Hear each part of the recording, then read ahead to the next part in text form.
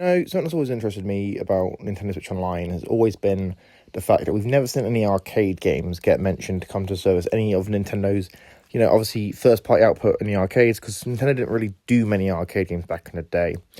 But with what they have done, I believe they've mostly been made available through arcade archives. Now, why doesn't Nintendo just release these games themselves on Switch Online? I think that this is quite an interesting idea. Because I felt this is something that could potentially, if they decide to do it, it could, get a load of people who had never experienced these arcade games to check them out, or only have played the NES versions of some of these games, because some of these games have been released on the NES, some of them haven't. I reckon it would be an interesting idea, but then you also got to remember games like Donkey Kong and Mario Bros. Yes, Mario Bros, not Super Mario Bros, the original. These already have NES versions that are already available on the service, and, they're the most widely re-released versions of these games, so I don't think they'll be made available.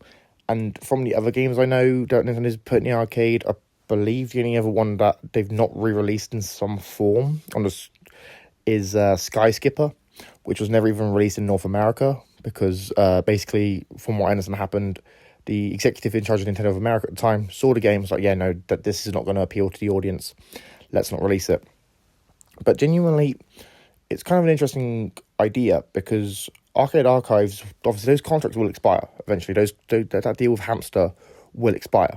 So wherever Nintendo then decides to take charge with their arcade games and release them on Switch Online or make them available via the eShop through themselves, it remains to be seen. But then you also got to remember that the arcade versions of these NES games are they're the better versions. The arcade systems were more powerful than the NES at the time. So those versions of the games are just better versions. So would they really want to, have these arcade versions available for purchase on Switch, on the Switch 2 or Switch eShop, whatever?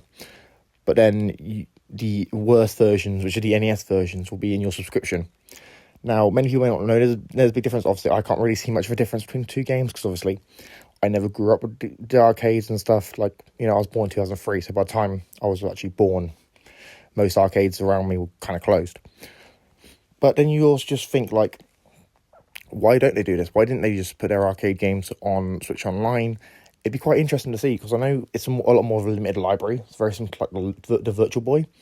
And also, the problem is there is a lot of duplicates, because obviously a lot of companies in the 80s and 90s were taking their arcade games and porting them to consoles. So, like I said, obviously the NES already has quite a few games that are based on the arcade versions of these same games.